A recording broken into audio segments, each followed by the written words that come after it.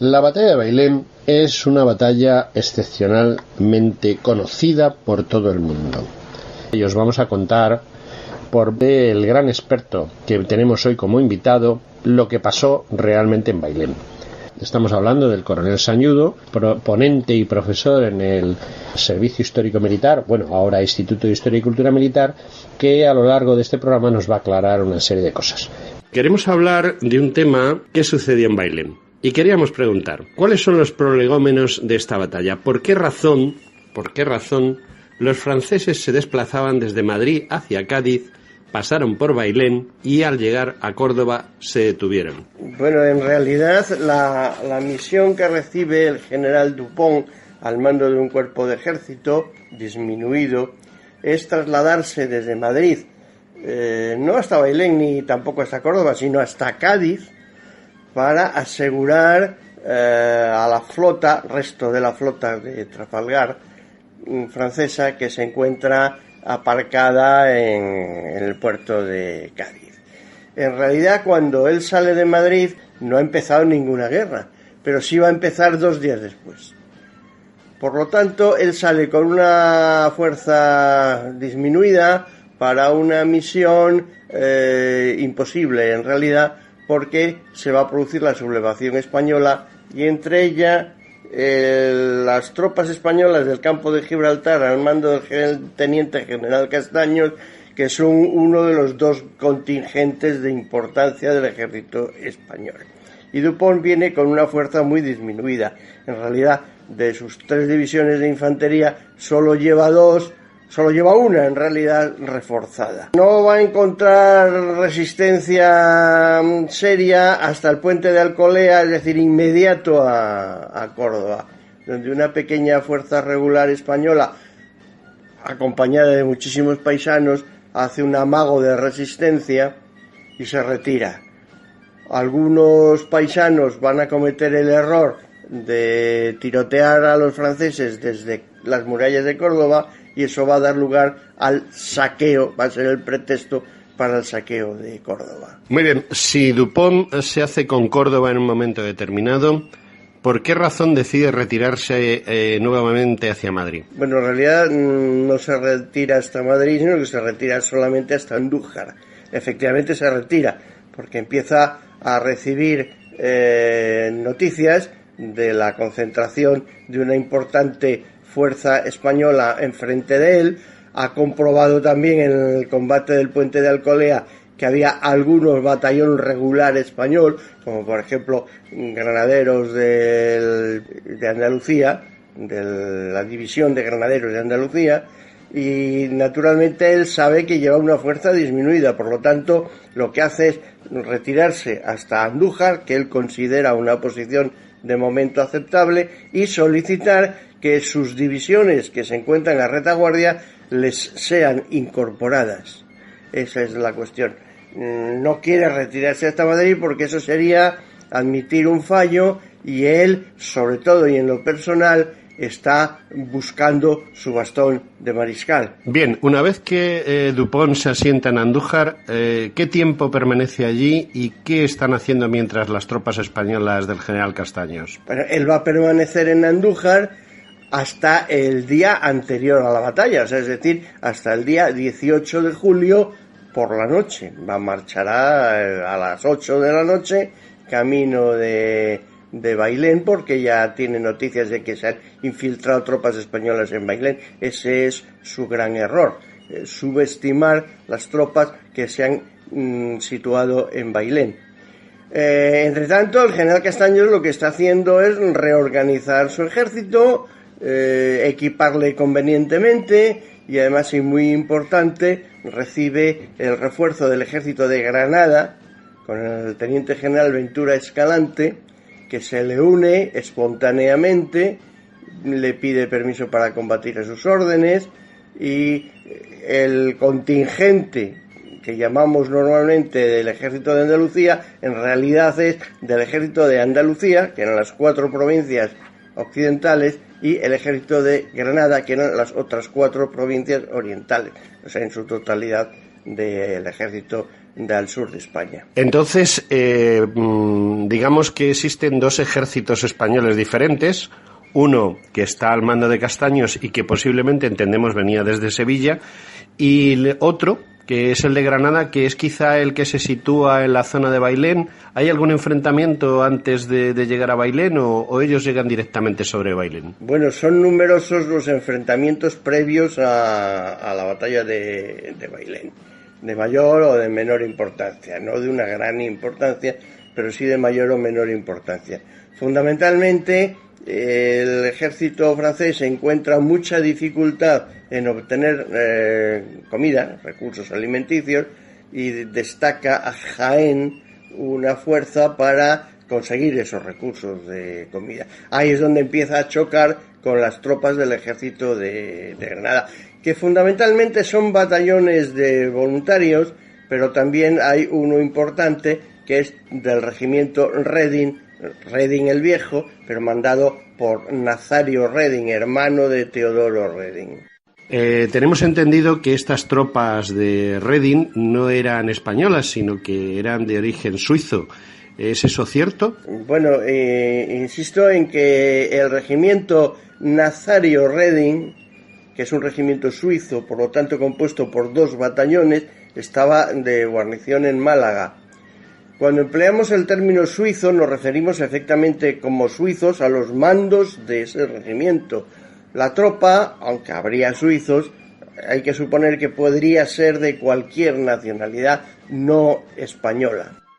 Hay muchos historiadores que le dan una gran importancia a un enfrentamiento que hubo entre estas tropas del general Reding y las tropas francesas en la zona de Mengíbar, es decir, a mitad de camino entre Jaén y Bailén. ¿Qué importancia le da usted a ese enfrentamiento? Bueno, la importancia es enorme.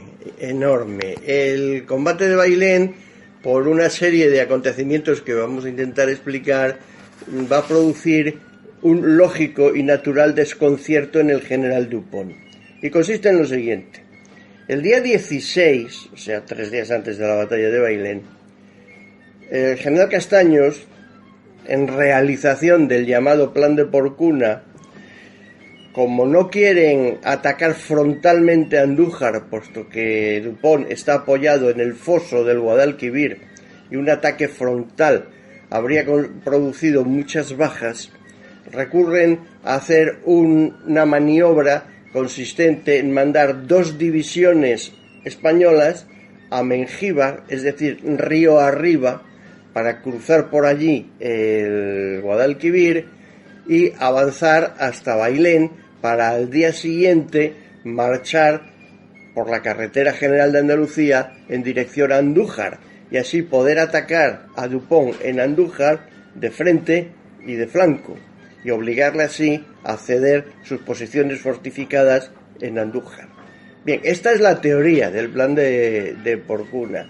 La realidad produce que esto vaya a ser una maniobra muy mal realizada, puesto que solo la división Reding la va a llevar a cabo, la otra simplemente se va a quedar desconcertada y no va a concurrir al combate, de forma y manera que cuando los españoles al mando del general Reding progresan y llegan hasta el Cerro de la Harina, muy próximo ya a Bailén, incluso habiendo matado al general Gobert, que había acudido allí con parte de su división, el mariscal de campo Teodoro Reding, visto que no aparece la otra división española y temiendo encontrarse con el grueso francés, ordena retroceder otra vez a Mengíbar, con lo que produce un gran desconcierto en el bando francés. Como a esto se une la concurrencia de un número de españoles considerable, quizá 5.000 paisanos que aparecen por la zona de Linares, esto hace creer a los franceses que ese gran núcleo de españoles, de 5.000, 6.000 hombres, está intentando marchar en dirección a Despeñaperros. Cuando esta noticia llega a Dupont, no vamos a decir que pierda la cabeza, pero sí se inquieta. El día el día anterior a la batalla, el día 18, los españoles repiten la maniobra. O sea, saliendo de Mengíbar otra vez, esta vez las dos divisiones reunidas van a llegar a Bailén sin encontrar resistencia, puesto que Bedel, general Bedel, con la mitad del ejército francés y cumpliendo órdenes de Dupont, está persiguiendo fantasmas en dirección a Despeñaperros por la zona de Guarromán. De forma y manera que los españoles entran en Bailén al amanecer sin encontrar resistencia. Pero hay un hecho fortuito consistente en que, como había dos batallones franceses acampados cerca de Bailén, al amanecer una patrulla se aproxima a Bailén siendo capturada por los españoles. Como naturalmente esa patrulla no regresa, hay que suponer que su mando mandaría una nueva patrulla en dirección a Bailén y comprobaría que ya estaba ocupada por los españoles. Esta vez lo está por dos divisiones, pero los franceses deben confundirse y pensar que es una sola división, que es la que había combatido 3 días antes. Pero al saber que los españoles están en Bailén, es decir, entre las dos fracciones del ejército francés, Bedel al norte y Dupont al sur, es lo que hace que Dupont, con aproximadamente 9.000 hombres, piense que debe evacuar Andújar y trasladarse sorpresivamente por la noche en dirección a Bailén. Para caer en Bailén al amanecer, sorprender a los españoles, que él debe estimar en unos 5, quizás 6.000, derrotarles y proseguir hacia el norte para unirse a Bedel. Esta es la maniobra de Dupont que va a conducir a la batalla de Bailén al día siguiente. Tenemos entendido, por lo que hasta ahora sabemos, que el general Dupont en ningún momento tiene al principio de la batalla una idea muy clara de qué tiene enfrente. Y eso es lo que quizá hace que no plantee una batalla abierta, una batalla de conjunto, sino que vaya situando tropas en el campo de batalla y eso haga que esa inferioridad que se provoca al ir entrando en batalla directamente las tropas francesas facilite el que los españoles controlen la situación? Bien, en realidad lo que va a producirse en Bailén es una sorpresa recíproca, tanto para los franceses como para los españoles. Los españoles, aunque tienen una idea, y hay suficiente prueba documental de ello, de que se aproximan los franceses, seguro que subestiman la cantidad de franceses que se aproximan, y en consecuencia sitúan tan solo a un regimiento, que es el regimiento de Jaén, con 2 compañías de ingenieros próximos al camino, lo que indica con toda claridad que, bueno, toman una medida de protección con respecto a una posible fuerza francesa que se aproxime, pero indudablemente subestiman la fuerza que se aproxima. A su vez, Dupont también espera sorprender durmiendo a los españoles, caer sobre ellos y derrotarles con facilidad. Pero como los españoles son buenos conocedores del clima de Bailén en esta época del año, han previsto llevar a cabo la marcha de aproximación hacia Andújar por la noche. Por lo tanto, han tocado diana a las 3 de la mañana. De forma y manera que para cuando se produce el primer encuentro, el primer contacto, los españoles ya se han levantado, ya están formando para marchar en dirección a Andújar. Presencia española, unos 16.000 hombres, aunque van a dedicar 3.000 a protegerse de una posible aproximación por el norte del general Bedel, combatiendo 13.000. Fuerza francesa, cerca de 9.000 hombres. Superioridad española en infantería. Superioridad francesa, muy notable en caballería, numéricamente también en artillería, 27 piezas, aunque las 16 piezas, o 13 según queramos considerar o no las que cubren el norte, tienen cañones de 12 libras y los franceses no, solo tienen de 8 y de 4 libras, pero 27. ¿Por qué el general Dupont va lanzando sus tropas según van llegando al campo de batalla unidad por unidad, en lugar de esperar a tener todo el conjunto de tropas y poder hacer un frente de batalla mucho más uniforme y mucho más grande. Dupont ha abandonado Andújar, ha empezado a abandonar Andújar a eso de las 8 de la tarde. Es consciente de que tiene frente a él un contingente importante de tropas españolas al otro lado del río, realmente 2 divisiones españolas, y que no es más que cuestión de tiempo que los españoles se aperciban de que ha abandonado Andújar camino de Bailén hacia el norte. Por lo tanto, tiene un lógico temor de que aparezcan a su espalda estas 2 divisiones.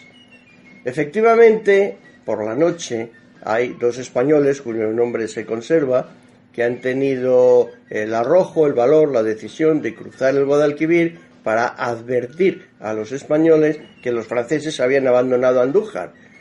Pero, con las confusiones propias de estas situaciones, los cogen y los meten en el calabozo y no le dan noticia a Castaños hasta que amanece. O sea, aproximadamente hasta las 5 de la mañana los españoles no comprueban que los franceses han abandonado Andújar. Comprobado esto, marchan detrás de ellos en dirección a Bailén, pero Dupont sabe que no es más que cuestión de tiempo que aparezcan por su retaguardia. Por lo tanto, cuando él encuentra la resistencia en Bailén, que es noche cerrada, no puede comprobar la fuerza que hay en Bailén y lanza el ataque a su vanguardia sin esperar a más. Solamente cuando amanece y los franceses pueden ver el despliegue español en Bailén es cuando se dan cuenta de su verdadera situación. Tienen frente a ellos una fuerza española importante, bien asentada en el terreno, con las 2 alas imposibles de flanquear por la caballería francesa, y por lo tanto solo les restan ataques frontales. Los franceses llevarán a cabo 5 ataques contra la línea española sin conseguir romperla. La larga columna de marcha, con muchos carros, con muchos cañones y con enfermos, etcétera, hace que les sea muy difícil poder reunir para un solo golpe toda la fuerza que tienen. Por lo tanto, intentan a la desesperada, insisto, 5 veces romper la línea española sin conseguirlo. Por lo que nos acaba de contar, el ejército francés llevaba sus piezas metidas dentro de una larga columna, con lo cual lo que nos ha comentado antes de la artillería no es muy útil para los franceses. Es decir, la cantidad de piezas que tenían no les servían absolutamente para nada. Tardaron mucho tiempo realmente en poder utilizarlas en contra de los españoles, que desde el primer momento estoy seguro que sí utilizaban la artillería. Naturalmente los españoles se encuentran con su artillería prácticamente ya desplegada desde el primer momento, la totalidad de las 16 piezas de que disponen.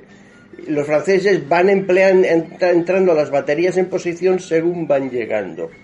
Hay un mito en el sentido de que los franceses con cañones de 4 libras difícilmente podían hacer algo, y eso es una equivocación muy grande. Un cañón de 4 libras es aproximadamente 80 milímetros y tenía un alcance perfectamente suficiente para batir a los españoles, pero la artillería española demuestra, con todo género de certidumbre, una neta superioridad sobre la francesa, que se comprueba viendo que la artillería española desmonta a la mitad de las piezas francesas. Los franceses llegan a emplear toda su artillería, sus 27 piezas, pero sucesivamente, y van siendo batidas sucesivamente por la artillería española, que demuestra, estamos al principio de la guerra, claro, una gran eficacia. ¿Puede ser determinante en un principio esa superioridad de la artillería? No, determinante no, pero muy importante sí. A ver si soy capaz de explicarlo. Ambas líneas de batalla se encuentran separadas por una distancia que se puede estimar en 600 metros, 500 metros. Pero, y esto que voy a decir es lo más importante, quien tiene que recorrer esa distancia son los franceses, los españoles no. Los españoles están en línea, por lo tanto son los franceses los que han de recorrer en terreno abierto esa distancia. Y ahora entremos en detalle un poco técnico. La artillería de uno u otro bando dispara hasta los 800 metros. A más distancia no se considera eficaz. De 800 a 400 metros lo hace empleando bolas esféricas de hierro colado, macizas, que matan por impacto, por aplastamiento, con rebotes sobre el terreno, pero por aplastamiento. De 400 metros a 200 metros disparan polladas de metralla, es decir, bolas de acero metidas en saquetes de algodón que barren el terreno con gran efectividad. Y de 200 metros a cero disparan lo mismo saquetes de balas de infantería que constituyen una perdigonada letal. A una distancia de aproximadamente 50-60 metros, a este fuego de la artillería se une el fuego de la infantería. Y hay que pensar que un batallón de infantería era capaz, si bien durante un cuarto de hora nada más, de hacer un fuego equivalente al de una ametralladora moderna de MG-42, o sea, 1200 disparos por minuto. Lo que quiere decirse es que los franceses son los que han de recorrer esta creciente eficacia del fuego enemigo para poder aproximarse ellos a hacer fuego con su propia infantería. Y tanto que los españoles se encuentran a mayor distancia, a una distancia constante de la artillería francesa. La batalla de Bailén, que se corresponde con el final de la misma y sobre todo con esa actuación de los flancos en la batalla. Podemos mencionar dos contingentes más que unidades, integradas en su mayor parte por paisanos, pero mandadas por dos tenientes coroneles que, aunque no van a participar en la batalla, sí van a jugar un papel muy notable. Una es el teniente coronel Cruz Murgeón, quien cruza el puente de Marmolejo antes de la batalla. Nada más cruzarlo tiene un encuentro con un batallón francés que prácticamente le desorganiza su tropa, que insisto, está compuesta mayoritariamente por paisanos, y entonces se desplaza más hacia el norte y va a estar señalando su presencia, sin llegar a combatir, pero sí señalando su presencia por toda la zona norte de Bailén, pero por la sierra. Y ahora vamos a la que de verdad va a causar mayor desconcierto en los franceses, que es la columna del teniente coronel Valdecañas.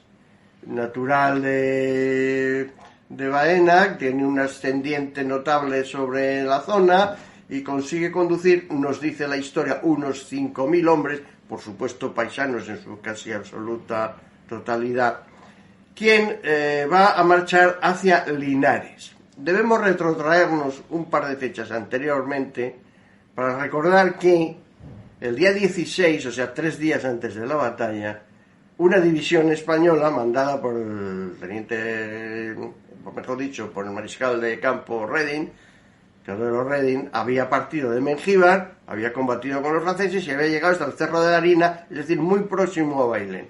Y al no ser socorrido por la otra división, Coupigny, que tenía que haber ido con él, simplemente retrocede y se vuelve otra vez al sur a Mengíbar. Esto es lo que crea el desconcierto de los franceses de que hay un contingente español de importancia que está amenazando las comunicaciones de Dupont entre Andújar y Despeñaperros. Bien, eso es lo que hace que Dupont mande al general Bedel con la mitad de sus fuerzas, digamos unos 9.000 hombres, para cubrir su larga línea hacia Despeñaperros. En Linares los franceses tenían un pequeño piquete, quizá una docena de soldados de mini guarnición. Esta mini guarnición es la que es atacada por el teniente coronel conde de Valdecañas con sus, digamos, 5.000 paisanos. Obviamente, lo que hacen estos franceses es abandonar el puesto y marcharse rápidamente hacia Bailén, donde llegarían comunicando que un importante contingente de tropas españolas les había desalojado del puesto. Esta es la noticia que le tiene que llegar, que le llegó a Bedel en Bailén. Bueno, esta columna se va a desplazar más hacia el norte, hacia Guarromán, y después va a marchar incluso hacia Despeñaperros. Y esta columna es la que, sin duda alguna, confunde Bedel con la división inicial de Reding que había marchado y había atacado desde Mengíbar. Marcha, por lo tanto, y como es lógico, Bedel por la carretera de Andalucía Llega a Linares, no los encuentra allí, prosigue su marcha hacia Guarromán, donde un alemán sobreviviente de aquellos que les habían mandado para poblar la zona en tiempos de Carlos III, el que les informa que efectivamente por allí ha pasado un importante contingente de tropas, la columna Valdecañas, otra vez volvemos a citar, y que habían marchado hacia el norte, hacia Despeñaperros. Incluso que él había visto como un regimiento de caballería español con su bandera y todo les acompañaba. Bueno, efectivamente es la bandera del regimiento, pero nada más que un piquete de caballería, no hay más con ellos. Pero eso da categoría de fuerza regular a la columna de Valdecañas. Y eso es lo que hace que Bedel recupere todas sus fuerzas y marche todavía más hacia el norte, esperando encontrarse con un contingente español importante. Podemos concretar que la última fuerza francesa que abandona Bailén, y es el regimiento de coraceros, nada menos, lo hace a las 12 de la noche del día anterior a la batalla. A partir de esa hora, Bailén queda sin ninguna guarnición francesa. Por lo tanto, cuando unas 5 horas después llega el primer piquete avanzado de tropas españolas a Bailén, en Bailén no hay ninguna tropa. Y ha sido esta columna del teniente coronel Valdecañas la que, sin prácticamente fuerza militar real ninguna, ni logística para mantenerse, ha sembrado el desconcierto en Bedel y le ha hecho marchar con el 50% del ejército francés hacia Despeñaperros. Esto va a hacer que llegue tarde a la batalla de Bailén. Mejor dicho, que llegue cuando está ya concluido. Dentro de lo que es la batalla de Bailén, creemos que fue muy influyente la actuación del personal, de las personas que vivían en la propia población de Bailén, que desde el primer momento ayudaron a las tropas españolas, sobre todo en los momentos de más calor del mediodía. Hubo una cosa muy curiosa que aparece en el escudo de Bailén, que es un cántaro roto, el cántaro roto de María Bellido, que es un ejemplo más. Entonces, lo que quería es que nos contase usted algo sobre esa actuación a lo largo de esos días que duró la batalla. Bueno, la batalla en realidad duró un día, pero bueno, vamos a ver. Efectivamente, lo del cántaro es cierto y bueno, es, digamos, lo que la tradición popular nos ha hecho llegar hasta nuestros días. La verdad es que la actuación de la población de Bailén a las tempranas horas en que llegaron allí las tropas españolas, el día anterior a la batalla, o sea, en realidad el día 18, fue muy importante porque primero proporcionaron información a los primeros españoles que llegaban allí apenas a amanecer, de que había pasado por ahí tropas camino, la división Bedel, camino de Guarromán hacia el norte, sino que efectivamente había 2 batallones franceses acampados muy cerca, aproximadamente al final de la cuesta, o sea, donde el río el riachuelo que tiene color cobrizo, sí, etcétera, y que se aproximaba una escuadra francesa al pueblo de Bailén. Esto sirvió para que el primer capitán español que llegaba allí le pidiera a los habitantes del pueblo que le condujeran de tal manera que pudieran rodearles, impidiendo que ninguno de ellos pudiera dar la alarma. Así lo hicieron. Gracias a la conducción de esa gente de Bailén pudieron capturar a esos franceses, y a eso hizo que se demorara el conocimiento de los franceses de que habían llegado a Bailén durante al menos unas horas. No sabemos exactamente cuántas, pero al menos unas horas. Con respecto al desarrollo de la batalla, no hay ninguna constancia de que los habitantes de Bailén colaboraran en la batalla. Sí, en el sentido de que casi todas las casas se convirtieron en hospitales para los heridos de la batalla. Y lo del agua, efectivamente, es una anécdota, pero que revela cómo las mujeres, con sus cántaros de agua, no una, sino muchas, pues se aproximaron a la línea española durante las largas horas de la batalla y socorrieron con agua a los españoles. Eso es cierto. Que alcanzara una bala francesa el cántaro de la tal señora, bueno, eso llama curiosidad al menos, porque para ser de verdad una bala debería haber sido disparada a muy corta distancia, es decir, 100 metros, una cosa así. Y eso es muy poco probable. Lo más probable es que fuera alcanzada por un proyectil de metralla de alguno de los cañones franceses. Diversos autores condicionan también la situación de la batalla al terreno. Nosotros conocemos el terreno y sabemos que los franceses a la que vienen de Andújar tienen que bajar desde La Esperanza Cubana, que es una finca situada al otro lado del barranco de Zocueca, tienen que cruzar el barranco por un único puente o saltando los riscos, y de repente se encuentran con una cuesta muy pronunciada hacia Bailén. Esas dificultades del terreno son también importantes en el asalto francés. Bueno, en realidad no, esas son dificultades de marcha ordinaria. Las dificultades las encuentran en el momento en que ya se han aproximado a esa distancia de 400-500 metros, que es la distancia a recorrer bajo el fuego enemigo. Eso es lo que les va a llevar a cosechar un número de bajas importante.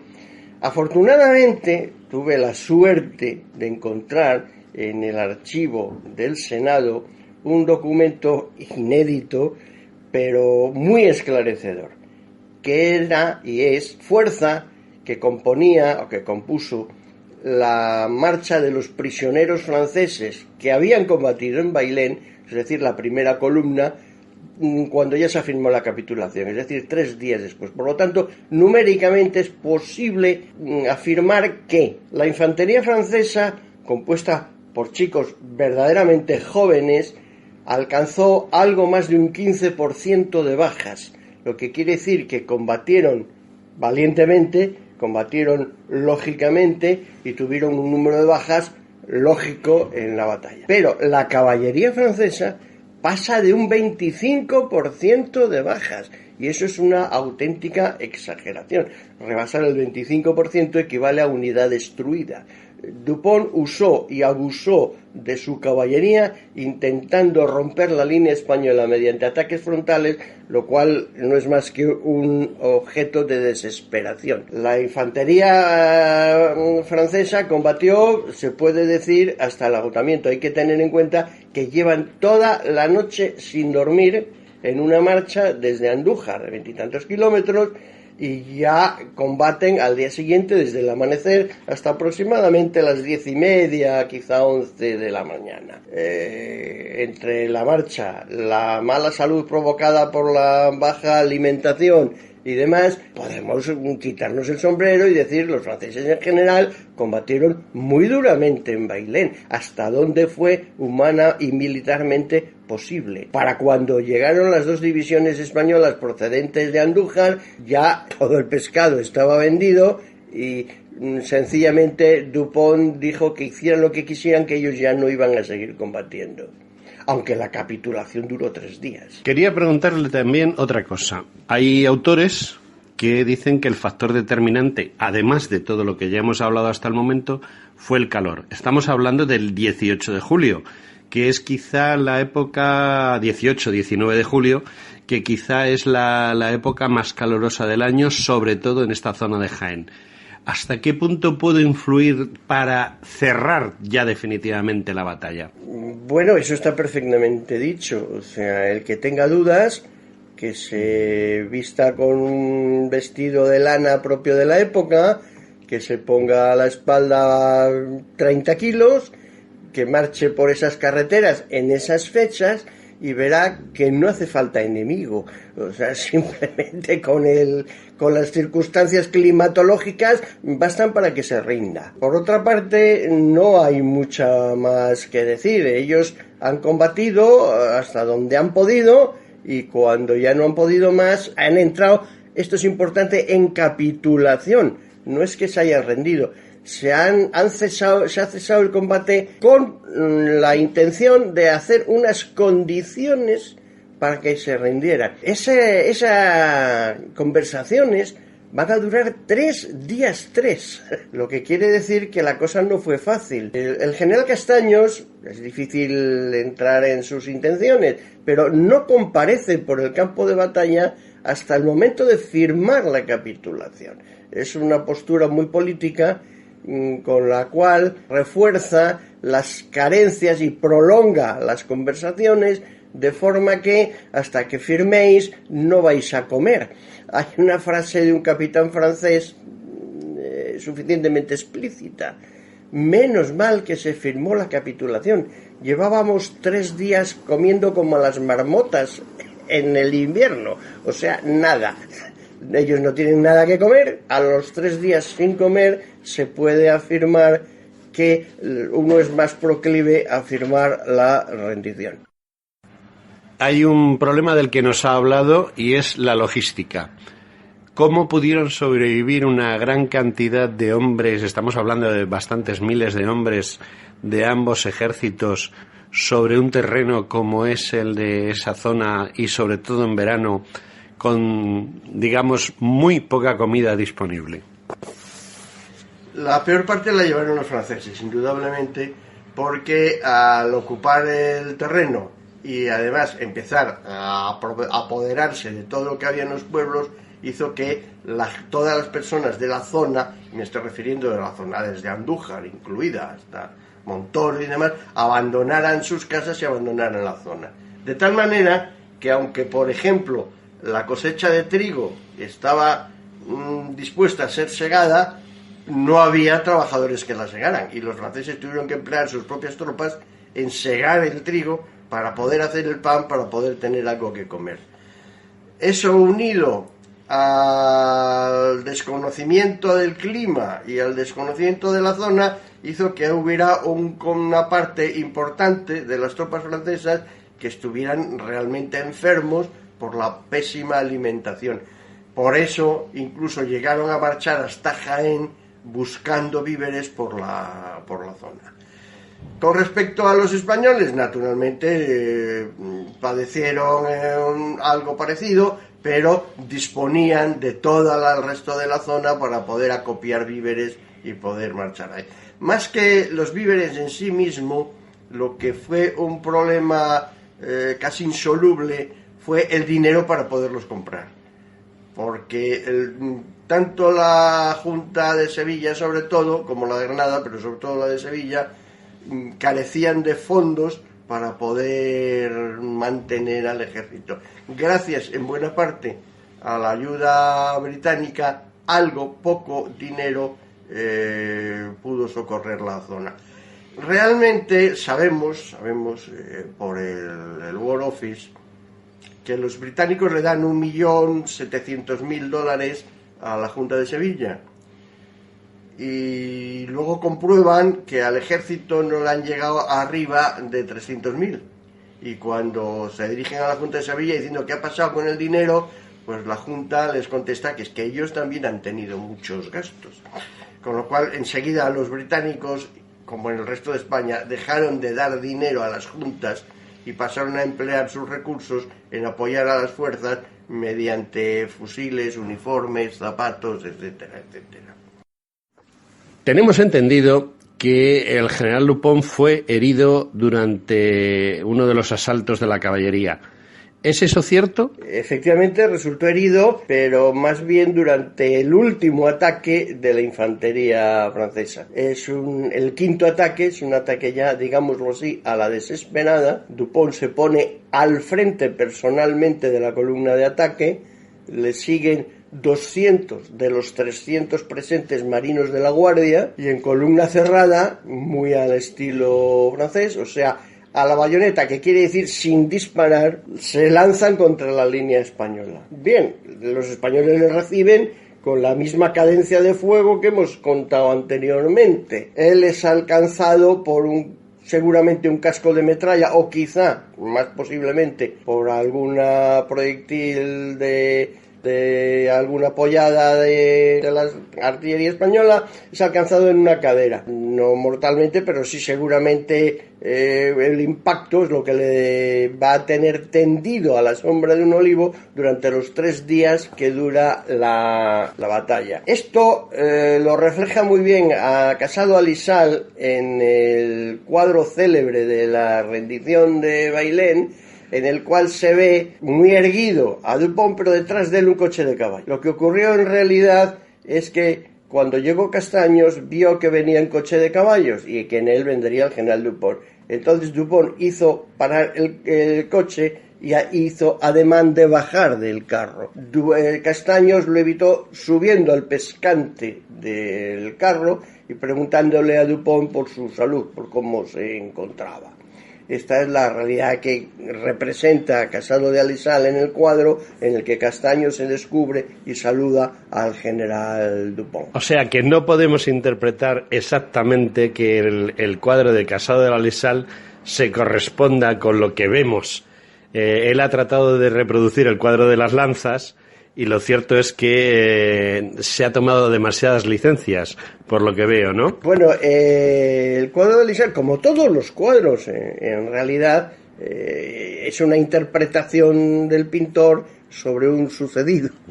En este caso el que he explicado anteriormente. Sí, quiero decir, para ampliar la noticia, que en su parte, Dupont, exagerando la acción, dice que avanza hacia los españoles entre nubes de metralla, etcétera, etcétera. Bueno, la realidad que he podido constatar, como he explicado anteriormente por el número de bajas, me permite concretar que el batallón de marinos de la Guardia tuvo en el combate 9 bajas. Hombre, para los que le tocaron no fueron pocas, pero para un batallón de 300 hombres tampoco se puede decir que fueran muchos hombres avanzando entre nubes de metralla. Bueno, estamos casi llegando al final de la entrevista. Un par de preguntas más. Una de ellas muy interesante. ¿Qué pinta en toda esta historia el Marqués de las Amarillas, futuro duque de Ahumada? Pues pintar no creo que pintara mucho, pero evidentemente estaba allí. Como sobrino del general Castaños, estaba en su cuartel general. No participó, bueno, no se puede decir que participara verdaderamente en la batalla, pero sí tuvo un papel, y ese papel fue el de llevar la noticia de la victoria de Bailén a la Junta Suprema Central de Sevilla. Cuando el Marqués de las Amarillas, Pedro Agustín Girón, lleva la noticia, la Junta le quiere ascender 3 veces, a lo cual él dice que le parece un tanto exagerado, y le ascienden solo una vez en la cuestión. Esa fue realmente su participación.